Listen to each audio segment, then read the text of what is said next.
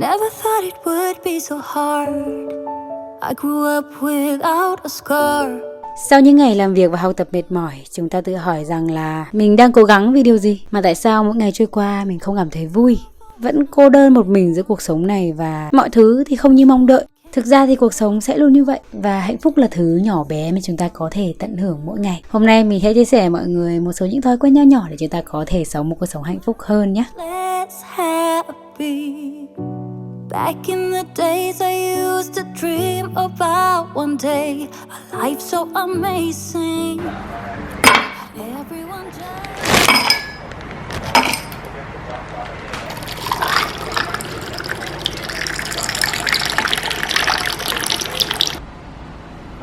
Và tất cả những gì mình cần sau một ngày mệt mỏi đôi khi chỉ là một cốc nước thật là mát lạnh. Mình chuẩn bị tắm rửa và dành thời gian để nghỉ ngơi. Có khi vẫn ôm đồm công việc và lôi về nhà để làm tiếp, nhưng thực sự thì có vẻ như điều đấy nó càng khiến mọi thứ trở nên trầm trọng hơn. Một thói quen mình cảm thấy có thể khiến tâm trạng của mình tốt hơn rất nhiều đấy chính là việc viết ra những cái cảm xúc của mình ở thời điểm hiện tại. Đôi khi chúng ta suy nghĩ quá nhiều, biến mọi thứ ở trong đầu nó trở nên phức tạp. Chúng ta không biết là chúng ta nên làm gì tiếp theo hay là cũng không hiểu nổi lý do vì sao chúng ta lại cảm thấy mệt mỏi đến như vậy. Cái việc viết ra những cái cảm xúc nó sẽ thoải mái hơn rất nhiều. Bạn cũng sẽ tự nhìn nhận được là mình đang suy nghĩ gì, mình đang gặp vấn đề gì và dần dần chấp nhận những cái cảm xúc tiêu cực mà hiện tại mình đang có.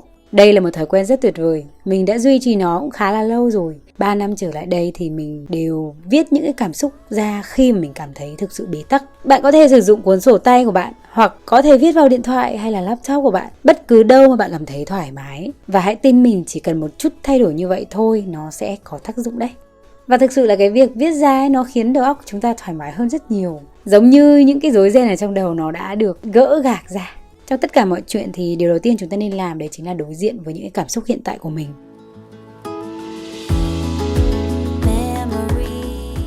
Tạm thời hãy quên hết những cái mục tiêu, những cái thứ quá lớn lao trong một vài tiếng đồng hồ sắp tới đi. Bởi vì chúng ta sắp có một nhiệm vụ khác quan trọng hơn. Bạn đã sẵn sàng có một giấc ngủ ngon chưa?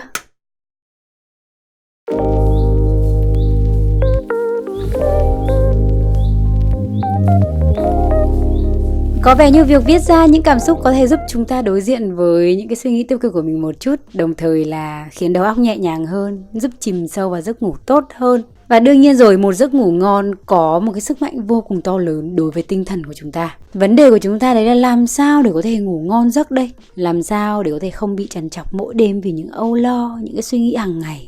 Một vài bí kíp mà bản thân mình đã áp dụng để có một giấc ngủ ngon hơn đấy chính là việc ngâm chân nước ấm trước khi lên giường này. Có thể thêm một chút những cái hương thơm ở trong căn phòng ngủ của mình. Và một điều cũng vô cùng quan trọng nữa đấy chính là thay ga gối thường xuyên. Chọn những cái loại ga gối có chất liệu thật là tốt, giúp cho giấc ngủ của chúng ta trở nên trọn vẹn hơn. Và nếu như mọi người tò mò thì bộ chăn ga gối nệm của mình được mua ở Peace Bedding. Giá cả cũng vừa phải với cái chất lượng thì cũng rất là tốt nữa. Bản thân mình thì đang sử dụng cái sản phẩm Cotton Living của Peace Bedding. Ngoài ra thì còn có Cotton Poly này, Cotton Đũi này và cũng có rất nhiều mẫu mã phong phú để các bạn có thể lựa chọn. Với sản phẩm Cotton Living mình đang sử dụng thì 100% là cotton luôn. Sợi vải rất là mềm mịn, mát và thấm hút mồ hôi rất là tốt. Có lẽ nhờ vậy mà mình ngủ rất là ngon giấc chăng. Sẵn cũng đang suy nghĩ về việc mua thêm một số những cái ruột chăn ruột gối này, thảm trải sàn, thảm lau chân nữa. Tại vì Peace Bedding có hết và cũng có rất là nhiều mẫu mã dễ thương nữa. Các bạn có thể ghé thăm Instagram của Peace Bedding hoặc là các bạn có thể vào link Shopee của cửa hàng để có thể mua những sản phẩm mà các bạn yêu thích nhé. Một món quà rất là dễ thương mà Peace Bedding đã dành cho những bạn subscriber của mình đấy chính là sẽ được giảm giá 10% khi các bạn sử dụng mã khuyến mãi Xuân Huyên 10. Và đặc biệt là mã này thì không giới hạn về thời gian luôn. Nên là các bạn hãy tận dụng món quà nhỏ xinh như thế này và dành tặng cho bản thân một bộ chăn ga gối nệm mới, giúp giấc ngủ của bạn trở nên ngon hơn.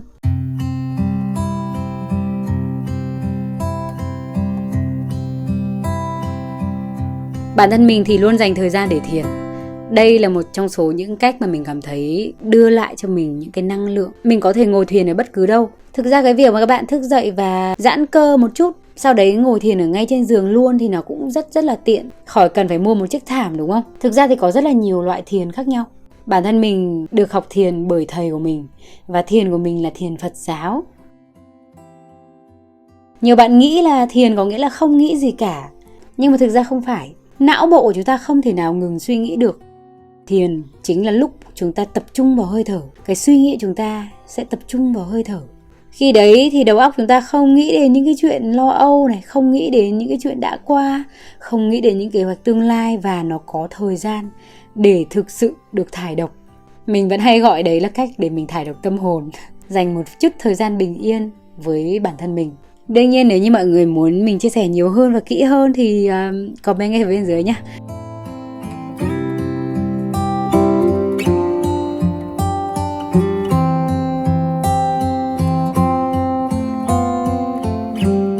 Với mình thì con người và thiên nhiên có một cái sự gắn kết rất là đặc biệt. Thỉnh thoảng người ta bảo bạn trò chuyện với cái cây thì thật là ngu ngốc, nhưng thực sự mình có thể nói chuyện với cusin hàng ngày. Đây là cây bàng Singapore mà mẹ mình mua cho mình, và mình đã đặt tên em nó là cusin. Mình rất thích, rất thương và rất yêu quý em nó. Thực ra việc dành thời gian để có thể hòa mình vào thiên nhiên, chăm sóc cây này, cắm hoa này sẽ khiến chúng ta cảm thấy rất là nhẹ nhõm và thoải mái.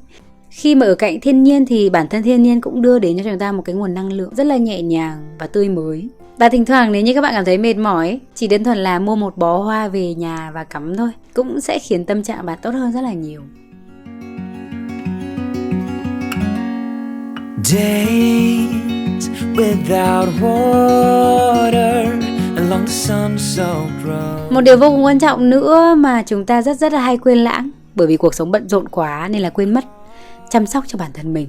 Kể cả những cô gái hay là những chàng trai, mình nghĩ là tất cả các bạn đều xứng đáng được yêu thương. Và muốn yêu thương thì trước hết chúng ta phải yêu bản thân mình trước. Chúng ta có thể bắt đầu từ những thứ vô cùng đơn giản như là ngày hôm nay sẽ tắm lâu hơn một chút này, đúng không? Bao lâu rồi chúng ta không tẩy da chết? Bao lâu rồi bạn không ăn mặc thật đẹp và bước ra đường chuẩn bị cho một cuộc hẹn, thậm chí là cuộc hẹn với chính bản thân mình? Chúng ta có thể tự tìm cái niềm vui trong cuộc sống bằng cách yêu thương bản thân mình trước hết.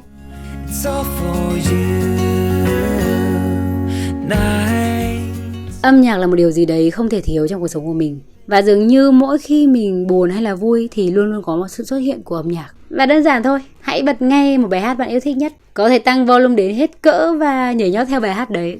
Mình còn có thêm một thú vui rất là hay ho nữa, đấy chính là chơi đàn. Mình có thể chơi ukulele và guitar. Thỉnh thoảng thì mình cũng lấy chiếc đàn quen thuộc của mình ra và đánh những bài hát mà mình yêu thích thôi. Và cái cảm giác khi mà mình học thêm được một cái bài hát mới ấy, mình cảm giác rất là tuyệt vời, rất là vui. Thỉnh thoảng mình cũng có hát để chia sẻ với các bạn ở trên Instagram nữa. Và nếu như các bạn thích một loại nhạc cụ nào đấy thì chần chừ gì nữa mà không thử tập. Tại vì âm nhạc là một điều tuyệt vời. Âm nhạc có thể hàn gắn và kết nối tâm hồn với nhau. Và thực sự mình chưa bao giờ sống thiếu âm nhạc cả.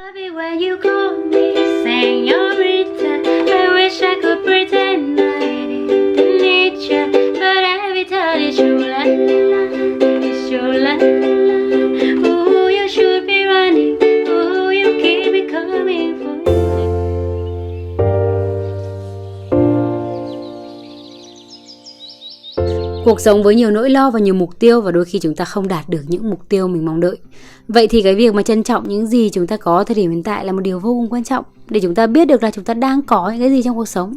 Mặc dù đôi khi công việc bộn bề đấy, nhưng mà chẳng phải đấy là thứ có thể giúp chúng ta trả những cái hóa đơn hàng ngày hay sao? Vậy thì trước khi chúng ta nản lòng thì hãy nhìn nhận những gì mà chúng ta đang có. Mình đã từng chia sẻ mọi người một số những layout trong bullet journal về lòng biết ơn rồi. Kết hợp giữa việc vẽ vời và viết ra một số những cái điều mà chúng ta biết ơn trong cuộc sống, nó sẽ khiến mọi thứ trở nên vui vẻ hơn rất là nhiều. Việc viết lách và vẽ vời luôn luôn khiến mình cảm thấy rất là thoải mái. Mình cảm giác đấy là thứ mà tất cả mọi người đều có thể làm được ấy. Không hẳn là chúng ta phải vẽ đẹp hay là viết thật là hay. Chỉ cần viết được là ngày hôm nay mình đã làm được điều gì, trong thời gian qua mình đã nỗ lực như thế nào, và chúng ta hãy coi trọng những cái điều đấy. Và sau đấy là nỗ lực dựa trên những thứ mà chúng ta đang có ở thời điểm hiện tại.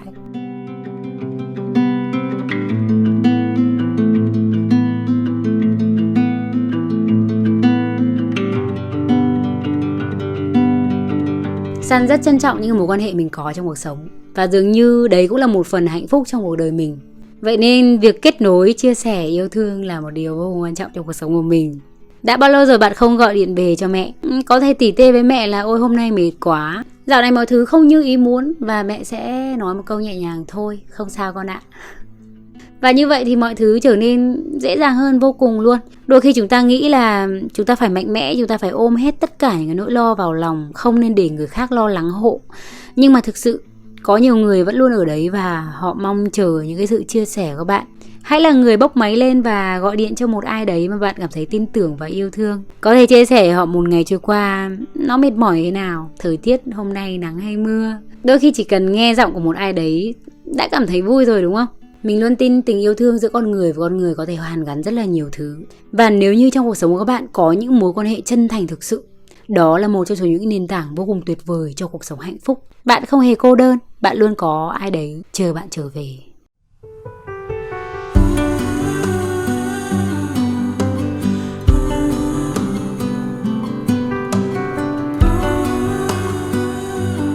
Cuộc sống sẽ luôn luôn trôi đi và chúng ta sẽ gặp rất là nhiều khó khăn đấy, rất là nhiều nỗi buồn. Nhưng mà hãy nhớ là sau cơn mưa trời lại sáng và những niềm vui, những niềm hạnh phúc lại đến nếu như chúng ta không ngừng nỗ lực, không ngừng cố gắng. Giống như ông trời đang cố gắng thách thức chúng ta với rất là nhiều những cái thử thách vậy. Nếu như bạn duy trì những thói quen tốt hàng ngày, nếu như chúng ta biết cách để có thể vun đắp cho cái cuộc sống này và gieo mầm hạnh phúc thì chắc chắn cuộc sống của chúng ta sẽ trở nên tốt hơn. Đơn giản là trân trọng những gì chúng ta có hàng ngày và thay đổi một chút những thói quen sinh hoạt hàng ngày thôi thì mọi thứ đã trở nên tuyệt vời hơn rất là nhiều. Chúng ta có thể buồn nhưng mà buồn ít hơn, đúng không? Chúng ta có thể mệt mỏi vấp ngã nhưng mà chúng ta sẽ vượt qua nhanh thôi.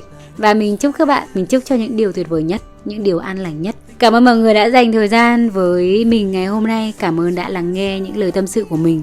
Nếu như mọi người chưa subscribe channel của mình thì nhớ nhấn nút đỏ và nút chuông nha. ủng hộ mình ra nhiều những nội dung mới trong thời gian tới và rất mong muốn được gặp lại mọi người trong những video tới. Tạm biệt.